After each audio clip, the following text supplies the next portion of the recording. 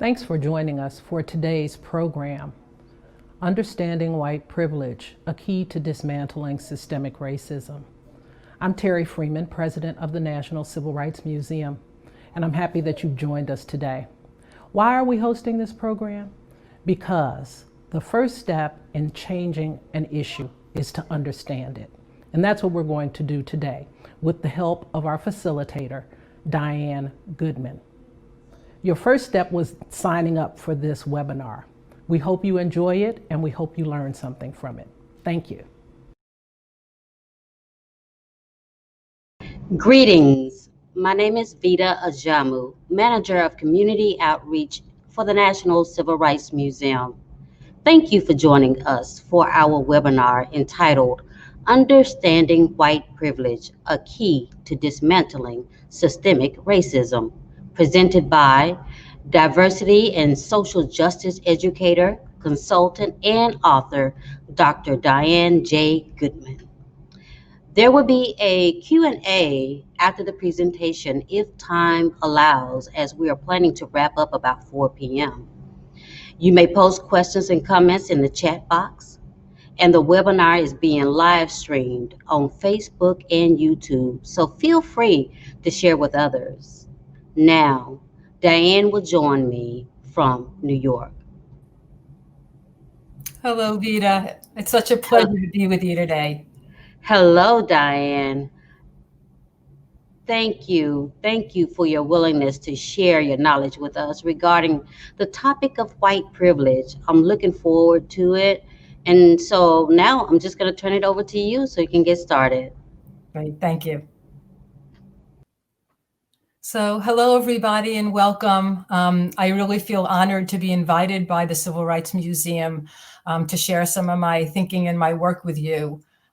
I'm certainly indebted to places like the museum and the many, many people throughout my life that I've learned from, particularly people of color, who have helped me understand some of our history and some of the realities of racism and white privilege that I'm able now to share with you.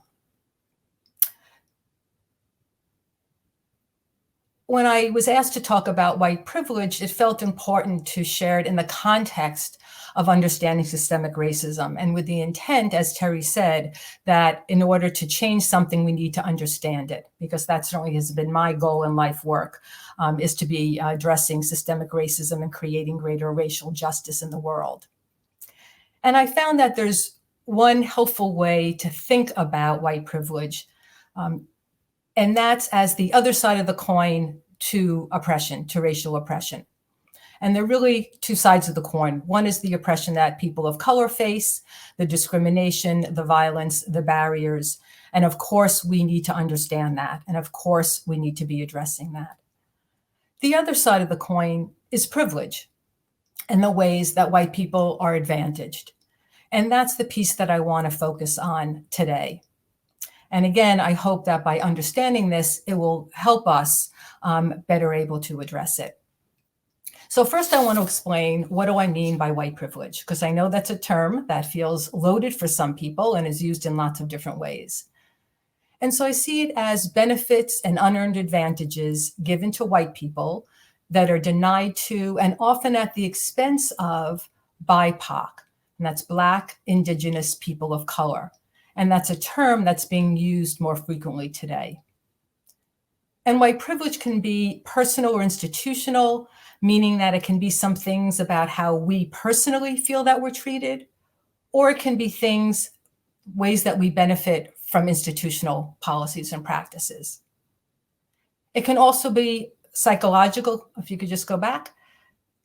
It also can be, thank you, psychological in the sense of how I get to feel about myself, how I get to feel about my sense of self in the world, as well as material, actual things that I get.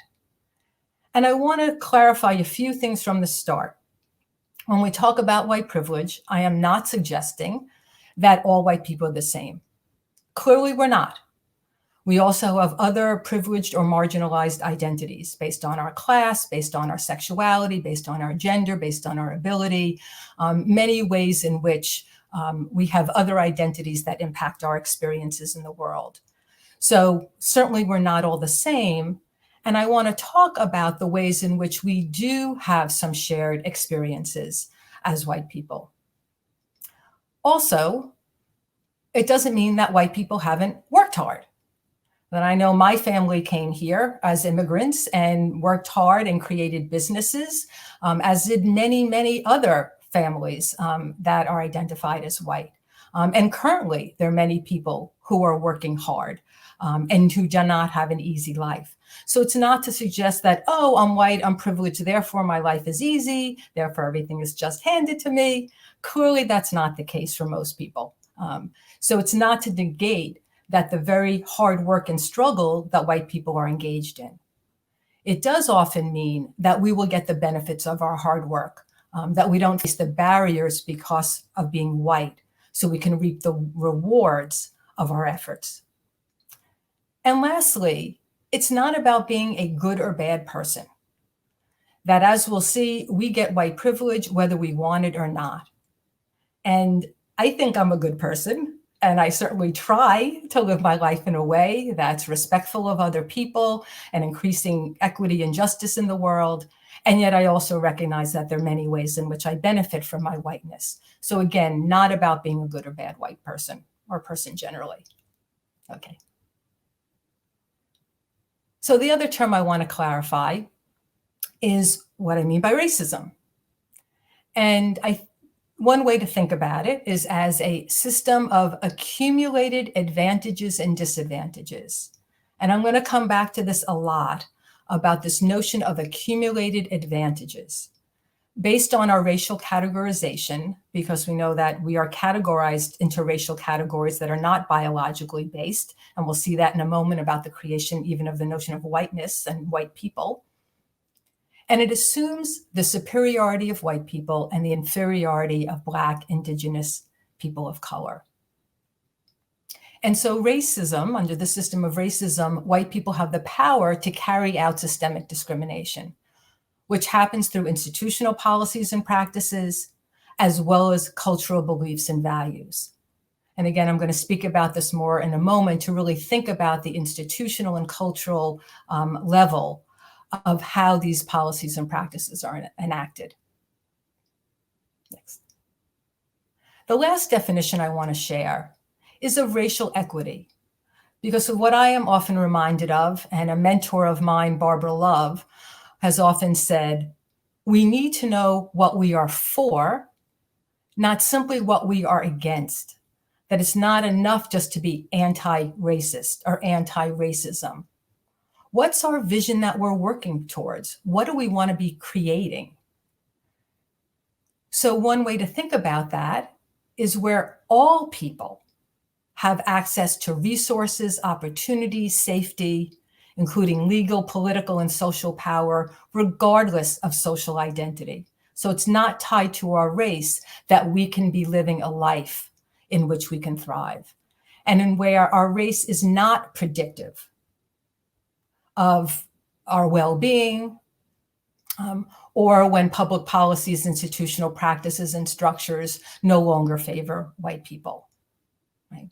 So what's important about this to me is that it's about all people, that it's not simply about let's flip the hierarchy and now let's oppress white people. It really is about how do we create a world that works for everybody, where everyone can live into their full humanity. And so that's the vision I hold and work towards. And I think that's important, again, to keep in mind as we are exploring the notion of white privilege. So as we think about what creates and maintains racism, we can think about it as both the structures, so the systems, policies, laws that are in place, as well as the ideology, right? The beliefs and values that society tells us and teaches us and socializes us into. And these are interconnected and mutually reinforcing, because we, as I'll show you in just a moment, that we create structures or laws or policies and then need to justify them. And so we make up stories and narratives to justify them. And then once we have these beliefs about different people, then it makes it easier to continue to create policies or laws that disadvantage them or advantage them. I mean, for example, we look now at what's happening at the border in Mexico. And we can hear, in order to justify putting people in cages, separating children from their parents, treating people in inhumane ways, we hear, oh, how violent they are. They're animals. They don't mind. They don't deserve more, right? And so the ideology and the structures are mutually reinforcing. So in the next short video, it's a way to illustrate the connection and the cycle of structures and ideology. So as you watch this, keep this in mind. And also, it shows how in the very founding of the United States, the creation of whiteness and white advantage was really baked in from the start. Let's talk about white people. Since the Mayflower, it's been much better to be white in the US than anything else. But whiteness is tricky. Not all white people were created equal. White people with power have had to reconstruct the definition of whiteness over time. And luckily they can do that because whiteness is just something made up and used as a tool to preserve power. For instance, in the 17th century, indentured servants and slaves in Virginia joined together to fight against the ruling class in Bacon's Rebellion. At that time, poor white and black people were more or less considered and treated the same, which was badly. They ended up losing that battle, but the elites realized just how dangerous unity was among the lower classes. They decided it was better to divide them, allowing poor white people to identify with the economic elites based on race, rather than with black people over class issues. White indentured servants were given the rights to property and to own guns, and they were charged with policing the plantations. This, along with establishing harsh slave codes, divided the classes along racial lines. Virginia was the first state to establish a comprehensive slave code, and it served as a model for other states in the following years. This reinforced this idea of an other, a natural enemy to whites who were made to believe their whiteness was the norm and everyone else was someone to be suspicious of. They hate white people because white people are successful and they're not. It's this idea that white is right and other cultures are inherently wrong that's carried through our nation's history throughout waves of immigration in the late 19th and early 20th century until today. Where did any other subgroup of people contribute more to civilization? Than white people? Than Western civilization itself, that's rooted in Western Europe, Eastern Europe, and the United States of America. Okay. But there was a time when Irish, Italians, Jews, Eastern Europeans, they all weren't considered white. In fact, the Irish were commonly compared to blacks when they first came to the US and even lived and worked side by side with each other. But you had to earn your white card and it wasn't easy. Over time, the Irish, along with Germans, Italians, and other Europeans, have been folded into this idea of whiteness, which is super helpful since the Naturalization Act of 1790 restricted naturalization to free white persons. When huge numbers of immigrants were coming to the US at the turn of the 20th century, resources and jobs were scarce. European immigrants, like many of the Irish, locked down the cheapest and most menial jobs. They rose up by the time labor unions were forming and managed to keep black workers from joining. They also actively fought against the abolitionist movement. Now, obviously there were exceptions to the rule, and no one label can describe an entire group of people.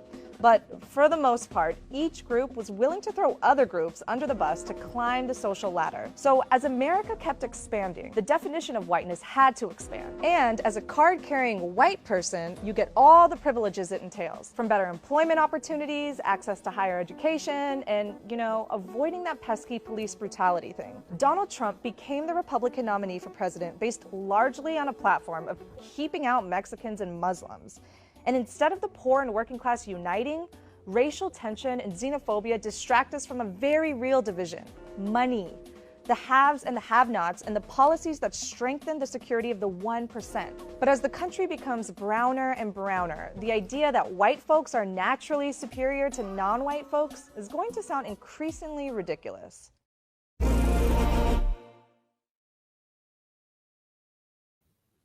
So that's a brief illustration that in the founding of this country, creating the notion of whiteness, creating the notion of white advantage as a way to maintain inequity and the enslavement of people and the mistreatment of people, and that's carried on throughout our history. So if we look at the structures piece of this, the laws and policies, that in any of our institutions, and these are some of the institutions in the US, housing, criminal justice, employment, banking, education, media, healthcare, there will be policies and practices that will in some ways advantage white people and disadvantage BIPOC. And it means access to resources and power and opportunities. Now, this happens currently, it's happened historically. And again, the notion of cumulative advantage, how white people benefit in ways that are denied to or at the expense of BIPOC. So I'm just going to share a few points in our history where that has occurred, and then we'll talk about it also more recently. So as she mentioned, the Naturalization Law of 1790, right, set up that free white people could be naturalized citizens. And then that opened up to all sorts of opportunity, like being able to vote or be on juries, hold office, own property. Next one. The Indian Removal Act of 1890. So where indigenous people were forcibly taken off their land, brutally taken off their land, to make room for white settlers. And again, these examples are highlighting the white advantage, not all the ways in which BIPOC have experienced racism throughout the history of our country. These are just a few examples of ways that white people have been advantaged at the expense of people of color. Next one. The Homestead Act of 1892, which gave away the land that was stolen from indigenous people to free white people, where they could build homes and settle.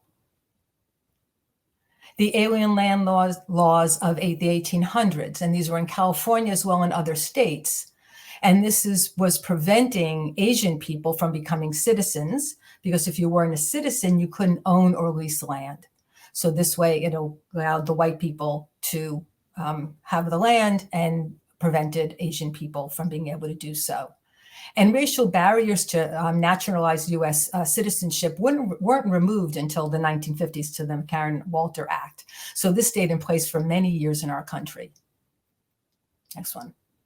The Wagner Act of 1935, and this gave unions bargaining power, which clearly improved the well-being and status of people who would be in the unions, which was primarily white people, because intentionally unions excluded non-whites, which prevented them from getting some of the better paying jobs. Next. The Social Security Act of 1935. And this allowed people to get Social Security, gave them some security after retirement. And again, to pass the law, two occupations were excluded, agricultural workers and domestic workers, which tended to be African American, Mexican, and Asian. Next. One of the key things that has happened in the history of the US that has really shaped the racial realities we see today and the racial disparity we see today is what happened in housing policy in the 30s and the 40s. And so this brief video highlights what some of those policies were, and again, the cumulative advantage as well as disadvantage by these policies. So we'll show the video and then we'll talk about it on the other side. So just very briefly, I want to highlight a couple of the key points that I raised earlier.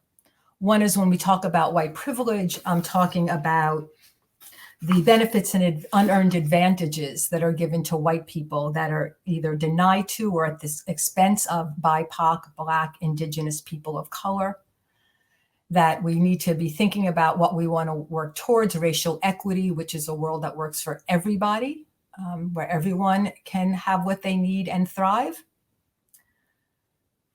That we need to be looking at both the structures, which are the laws and policies, as well as ideology, the beliefs and values that society teaches us as a way to understand how these are mutually reinforcing and create and maintain racism. And we were just looking at some examples of some of the structures in the housing policy. I briefly talked about some of the laws and policies throughout the history of the country that have advantaged white people, and especially this notion of cumulative advantage as well as cumulative disadvantage.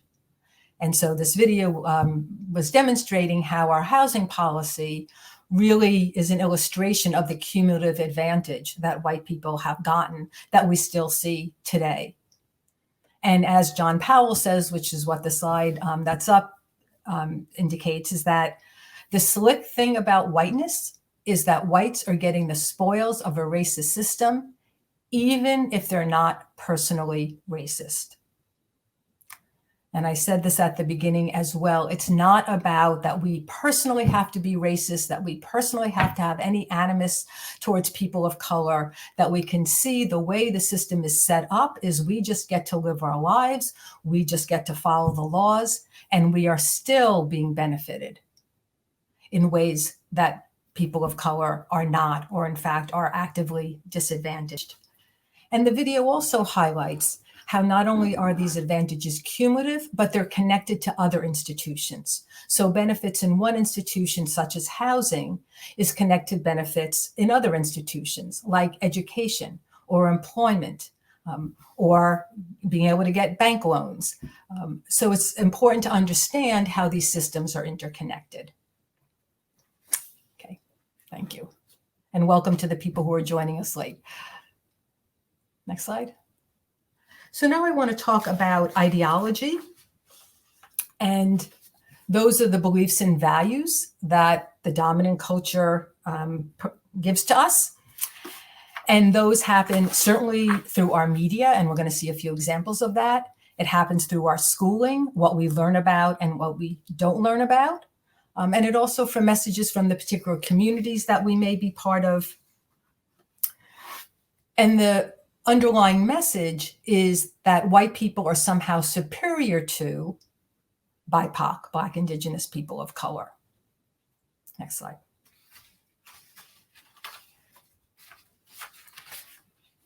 And some of this ideology, again, false, but we are told this in order to maintain the system of racism, is that white people are more intelligent or more capable or more beautiful or more credible or more trustworthy or hardworking, deserving, valuable, and become the standard for what is normal and what is human.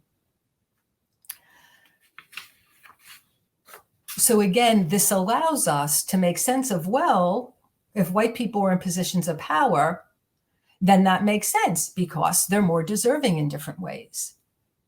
And so to understand why that isn't the case, we need to understand the false ideology that we're being taught. Next slide.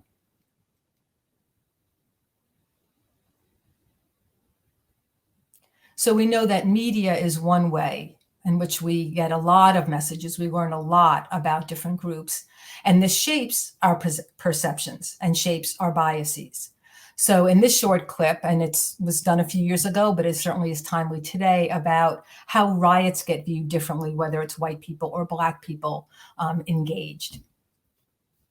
Funny how the media covers white riots versus Black protests. Breaking news. Seems like when the protesters are Black, the media uses some pretty harsh words. The bad guys. Lawlessness, looting. Wild animals. Criminals and thugs. Thugs. Isn't it the right word? However, if you're white and you're tearing up the city because of a game, you're just young people. Young people danced on a flipped-over car as UK fans did stupid things. Some maybe got a little out of control. Seeing a scene like this just shows how passionate the UK fans are. It's so tough to lose, and unfortunately the ugly side that we sometimes see in sports.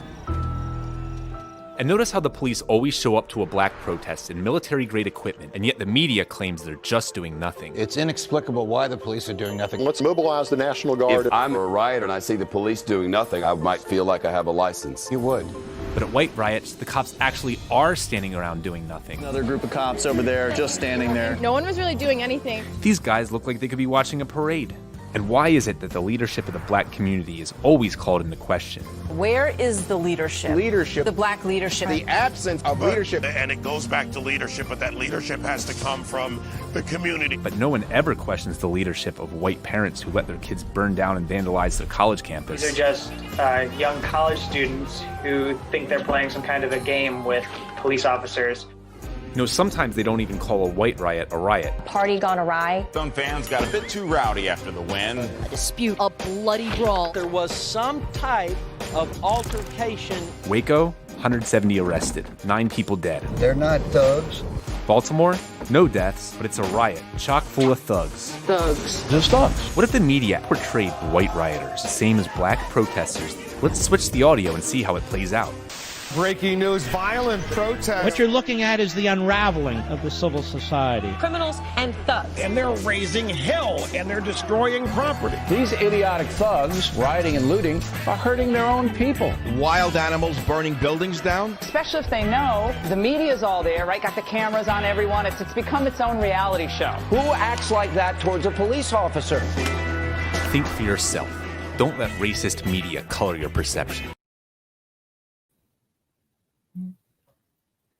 And this shows up in other ways as well. In one newspaper, these men were all arrested for burglary. And in the top row, they used the mug shots. And in the bottom row, they used their graduation pictures. Next one. This is a famous picture from Katrina, where in the photo on the left, there's a young man, a black young man, it appears, who was taking things from a grocery store, and it was called looting.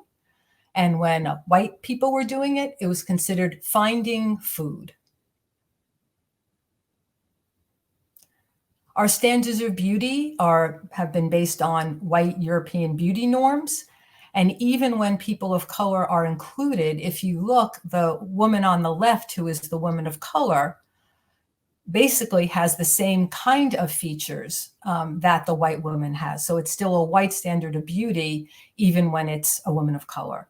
And interestingly, just recently, there have been laws that are saying that people can wear their hair naturally, that in many places, in schools and in workplaces, that people who had dreadlocks, people who had afros, people who wore their hair, particularly people of color, in natural styles, that was in fact illegal. And so there are just now laws being passed in terms of structures and policies that are even allowing people to have their hair be natural and for it to be okay. Next one. So this is from a children's book. Take a look. And it's teaching feelings. And you may notice that the more positive feelings, happy and proud, are being associated with the white characters, and the more quote unquote negative feelings are being associated with the brown characters. And if you notice that angry is under the black female, sound at all familiar of like the stereotype about angry black women? Well, we learned it here. And if you notice also that the white boy is the one who is proud and has an accomplishment. He's the one that has done something that is worthy of being noted, and he's number one. So very early on, we get lots of subtle messages, and sometimes not so subtle messages, about who is superior and inferior, who is more worthy and who is less worthy. So what I've shared so far, very quickly, and again, just some highlights. Clearly, there's much more to learn and to talk about with all of this. But looking at how historically and currently we have structures, laws, and policies that have offered cumulative advantages to white people that are denied or at the expense of people of color. We get messages from the larger society about white superiority and the inferiority of BIPOC in numbers of ways. And so it's important to be aware of that so we can start to recognize the inequity of that and change it. And then now I want to bring it down to how some of this operates in our daily lives. So as a white person, what are the things in my daily life that I experience that privilege me because I'm white? This one.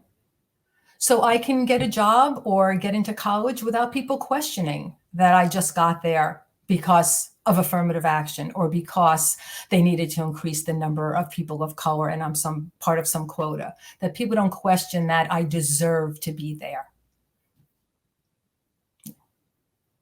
That I can easily buy posters or books or cards or dolls or toys, right? Featuring people of my race, featuring white people. And I got a rude awakening of this recently. I mean, even though I know this, I was trying to buy a baby card for friends of mine, a Black couple who were about to have a baby. And I went to look for a card. And what I kept finding is that if there was a picture of a baby on the card, one of those cute little baby pictures, the babies were all white. And I had to go to 3 stores until I could find an appropriate baby card. And even on a baby card that had about 12 pictures of babies, they were all white except for one Black baby. I can be sure that my race isn't the problem if I have low credibility as a leader. So if people are not giving me the respect that I feel I deserve as a leader or taking me seriously, I'm not worried that it's because, of my race, because I'm white. And I know challenges to authority is something that people of color experience quite readily. And also I can do well without having to be representing my entire race. That I'm not a credit to my race. I don't need to speak for my whole race. I can be seen as an individual person, not someone who needs to be reflective of everybody of my race. I can protect my children most of the time from people who might want to harm them or dislike them because of their race. I don't need to give the talk the way Black and brown families do to their children. I have 2 daughters, they're white. I worry about their safety for sure, but it's not because of their race. I'm more likely to get a job interview, a job promotion, get tenure if I'm at a university. There's lots of research, especially on implicit bias, about resumes that have Black sounding names versus white sounding names and the degree in which there's much higher callback. If it's a white person, about how things are evaluated differently when people think it's a white person, evaluated much more highly. We look at who's in positions of power. White people are disproportionately represented. So we know that in part, that's a function of the white privilege. That if I need legal or medical help, my race won't work against me. It's clear what's happening in our criminal justice system about disparities based on race. Medical help as well. There are many studies about, again, unconscious bias, where white people are offered the medical tests that are needed, better health care than people of color are. Next one.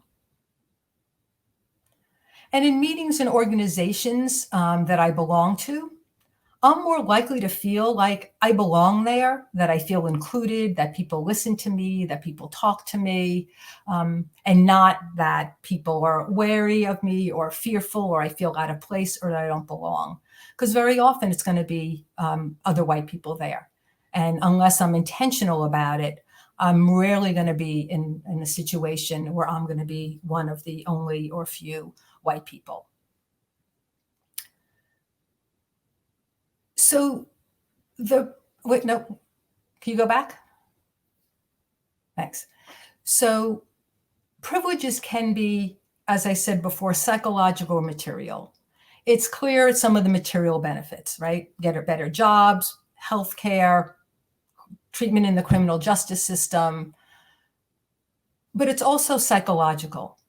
It's also the sense that I can move about in the world much more freely, that I don't worry about that people are going to be scared of me, that people are going to see me as a threat, that people are going to see me suspicious, that I get to feel like I do belong in the world, that there is a sense of possibility. And while we often focus on the material benefits white people get, and those are real and important, that I think it's also important to consider the psychological benefit. And I want to share one story that was one of my aha moments. When my kids were younger, I would go into grocery stores and I was always looking for snacks they would like. They were picky eaters. And if I saw a snack that I thought they would like, I would open the bag and I would taste it. And if I thought they'd like it, then I'd buy a few bags. And if I thought they wouldn't like it, I would just go and pay for the bag that I opened. Never thought anything about it. Telling the story to a class I was teaching. And I start watching the mouths drop of some of the students, particularly the students of color. And I look at them and I say, like what? And they're like, there's no way, I would do that. There's no way I would just open things in a store. They'd immediately assume I was stealing. And what was striking to me about that is that I knew about racial profiling. I knew that people of color would be accused of stealing things in stores, whether they were or not. So that piece I had, but what had never occurred to me was the privilege piece.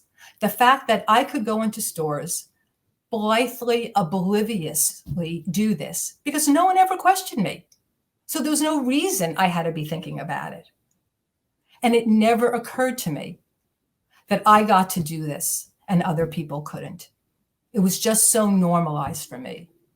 And that's what happens for those of us who are white, is so much that is invisible to us, that we don't see it because it's just part of our normal reality. And unless, again, we're intentional about learning about white privilege and learning about racism as it impacts BIPOC, that it's very easy for us to go through our lives without realizing the ways that we have been advantaged, both by the laws and policies, by ideology, historically, as well as currently. Next slide. So people often ask, so what do I do? And there are lots of things white people can do to be in solidarity with people of color about fighting against racial injustice and working for racial equity. So there are lots of things. What I want to focus on here particularly is about how do we use our privilege? If there are ways in which we can't avoid having privilege, so what do we do with it and how can we use it to advance racial justice? One is that we need to start noticing it. We need to start recognizing ways in which we are being advantaged that others aren't, and start to make what to us can be invisible visible. And name it and start to point out inequitable treatment. So if we see that we're being listened to and a person of color is being ignored, how do we name that and say, wait a minute, let's hear what they have to say. If we're online in a store and I'm not being asked for an ID and the Black man behind me is being asked for an ID, which has happened to me, how do we speak up and say, wait, you didn't ask me for an ID. Why are you asking him for an ID? So how do we name it and point it out? We cannot accept the benefits of privilege when possible. So for example, if I'm being offered an opportunity at work, I'm being offered a promotion that I feel is really deserved by a person of color, I can say that and deny that. I can certainly choose not to participate in activities or organizations that I feel are inequitable or discriminatory against people of color. So where we can refuse those privileges or benefits. We can intervene, and we're seeing that more recently, especially with some of the uprising of white people literally putting their bodies in front of people of color to protect them from police. That we can be videoing encounters, so we have a record of it. We can be asking questions about why is someone being treated in a particular way. So we can think about what ways can we intervene. We can use the resources that we have to advance racial justice by speaking up and changing unjust policies, practices, and other systems. And so we may have access, whether it's money, how we're using the money to support changes in laws and policy, supporting voting rights that's going on right now, the knowledge we may have, skills, positions of power, connections, credibility, and use those to be changing things that we think are unjust. Because we know that when a white person speaks up about racism, it will often be heard differently than when a person of color does. And particularly when we talk to other white people. So how do we use that power that we do have, the privilege that we do have, to be making change? And often we are in positions of power in organizations or in our government. So how do we use those positions where we do have that power to be making those kinds of organizational changes? We can share our resources to support the leadership and empowerment of BIPOC. And this can be, someone recently said to me that she knows how to run political campaigns, that's expertise she has. And so use that to support a candidate of color who may not have that experience and expertise and support. And maybe certainly how we're using money and how we're donating to organizations that are led by people of color that are working on social justice. For me, because I do training, I have friends who are Black men who were formerly incarcerated and do work with other people who were formerly incarcerated or do reentry programs. And they wanted to do some workshops around it and asked me if I would help them develop their curriculum and to give them feedback on their presentation, which of course I did. But again, think about what we have that we can use to support the leadership and power of people of color. Talk with other white people. That is one thing I have heard repeatedly from BIPOC, is that is something constructive we can do. So the privilege we have about gaining knowledge about racism and white privilege, and the credibility that we have in talking with other white people, that's something that can be really useful to do, and it takes the burden off BIPOC from having to do that. One more? One more? Yeah.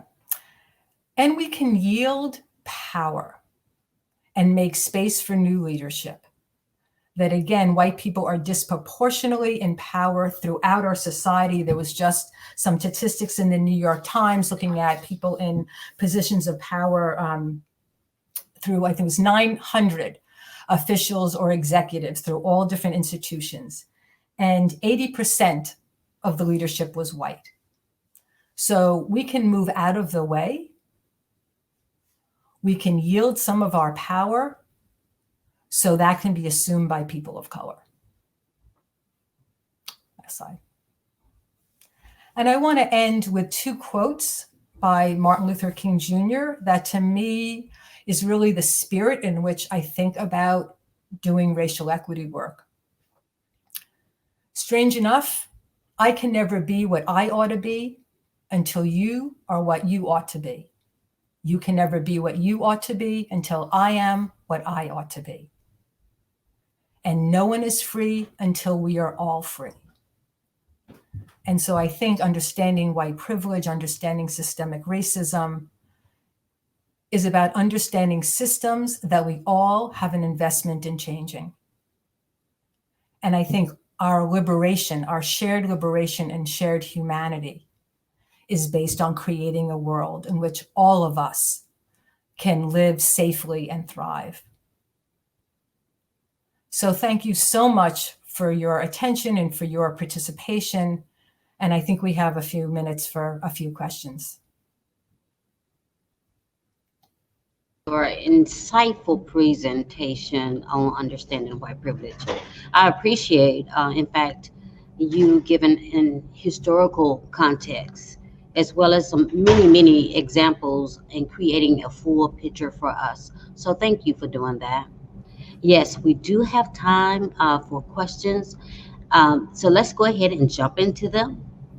So the first one, Diane, why do you think the topic white privilege is so emotionally charged? I think for many reasons, one of which I think people often hear that as a personal indictment. As I said initially, people think, oh, you're calling me privileged, and that means I'm a bad and racist person. Certainly that's not the case, as I hope people saw, that privileging white people has been baked into the structures and ideologies of our society. And it's not at all about that, but I think people often hear it that way.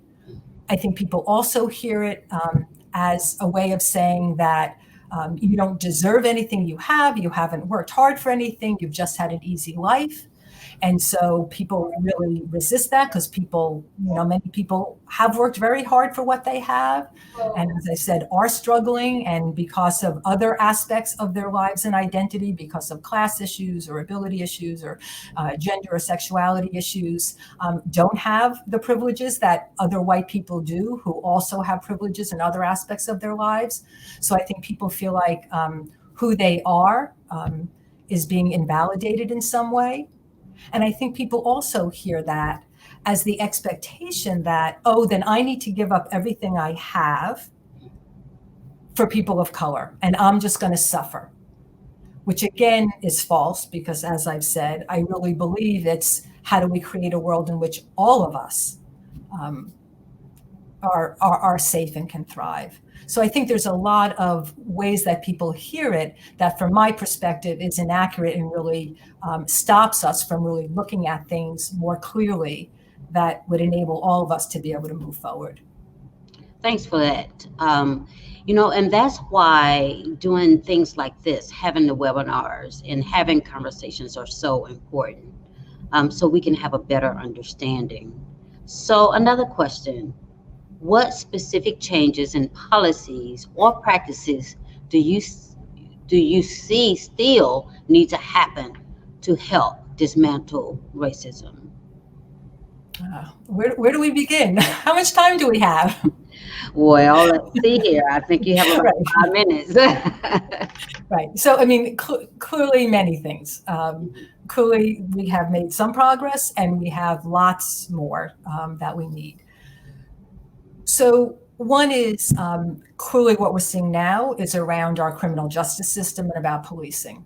That unfortunately, the horrific murders that we've seen and treatment of Black and Brown people have revealed very starkly that there need to be changes in those systems in particular. And people have been working on that for many years, and those ideas are coming to the fore. So I trust that if there's the will, that people have the ideas about how to make our community safer, really public safety, and that can happen. So I think certainly lots of changes need to happen in that realm.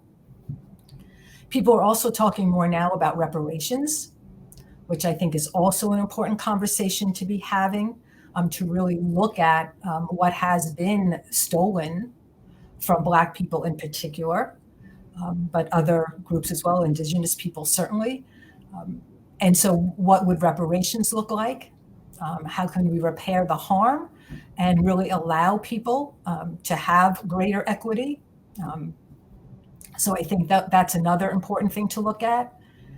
And clearly, in our workplaces, how are we creating access? Again, that's something that, again, these recent uprisings have been pushing people to look at, is how are we hiring people? How are we promoting people? What standards are we using?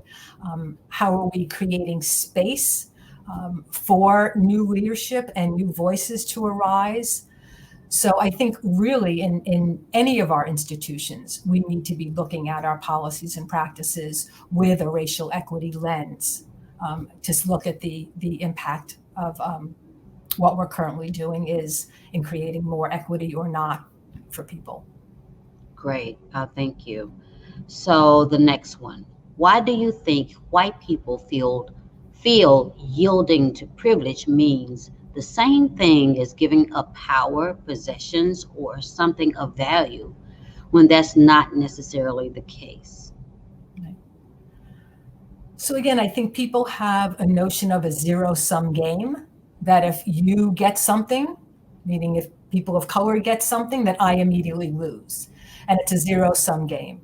And as again, what I believe strongly, and I try to communicate, is that that's not what I believe is the case.